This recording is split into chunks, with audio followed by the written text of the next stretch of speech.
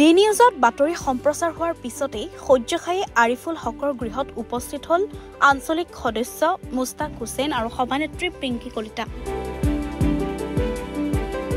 এই দুৰ্ঘটনাত পতিত হৈ চিকিৎসাৰ অভাৱত ৩ মাহে বিচনাত সহ্যখায়ী হৈ পৰি থকা চিপাঝাৰৰ চেঙেলিয়াজাৰ গাঁও পঞ্চায়তৰ গোৱালপাৰা গাঁৱৰ আৰিফুল হকৰ গৃহত উপস্থিত হৈ খা খবৰ ল'লে চিপাঝাৰ আঞ্চলিক পঞ্চায়তৰ সদস্য মুস্তাক হুছেইন আৰু চেঙেলিয়াজাৰ গাঁও পঞ্চায়তৰ সভানেত্ৰী পিংকি কলিতা আৰু পাথৰিঘাট মণ্ডল বিজেপিৰ সাধাৰণ সম্পাদক ভাস্কৰ কলিতা।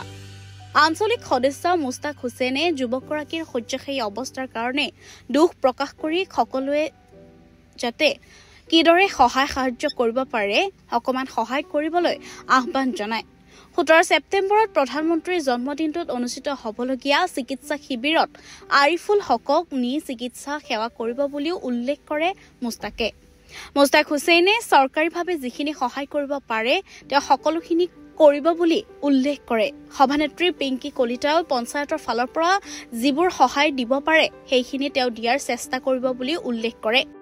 বিজেপি নেতা ভাস্কৰ কলিতাও যুৱকগৰাকীৰ সহায়ত সকলোখিনি কৰাৰ কথা দোহাৰে আৰু প্ৰতিনিধিত্বৰ লগতে গোৱালপাৰাৰ ৱাৰ্ড সদস্য সুমি বেগমো উপস্থিত হয় আৰিফুলৰ গৃহত।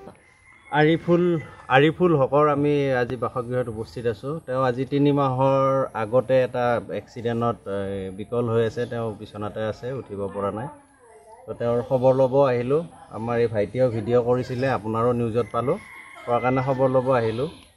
যথেষ্ট মানে আৰ্থিকভাৱে দুৰ্বল মানুহ, আমি অকণমান সকলোৰে ফালৰ পৰা সহায় সহযোগো কৰিছোঁ আৰু তেওঁৰ ৰাজহুৱা মানে চৰকাৰীভাৱে যদি কিবা আমি কৰি দিব পাৰোঁ তাৰ কাৰণে মাকৰ মানে হেৰিখিনি লোৱা হৈছে, ডকুমেণ্টখিনি লোৱা হৈছে।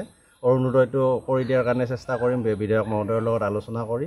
আৰু তেওঁৰ আমাৰ অহা 23 ছেপ্টেম্বৰ দিনাখন মেগা হেৰি এটা আছে, হেল্থ কেম্প এটা আছে আমাৰ দেওমৰনৈত। তো তাতে আমি এহেঁতক আমি যিকোনো প্ৰকাৰে আমি তাত লৈ যাম, লৈ যাই উচ্চ চিকিৎসাৰ কাৰণে তাৰ পৰাই আমি ৰিকুৱেষ্ট কৰি পেলাই তাত আগতে প্ৰাৰম্ভিক চিকিৎসাখিনি কৰি যাতে আমি বাহিৰলৈ নি তেওঁৰ সুস্থ হোৱাত আমি কিবা অকণমানো সহায় কৰিব পাৰোঁ তাৰ কাৰণে আমি সকলোৱে লাগি মেলি তেওঁক তাত লৈ যাম।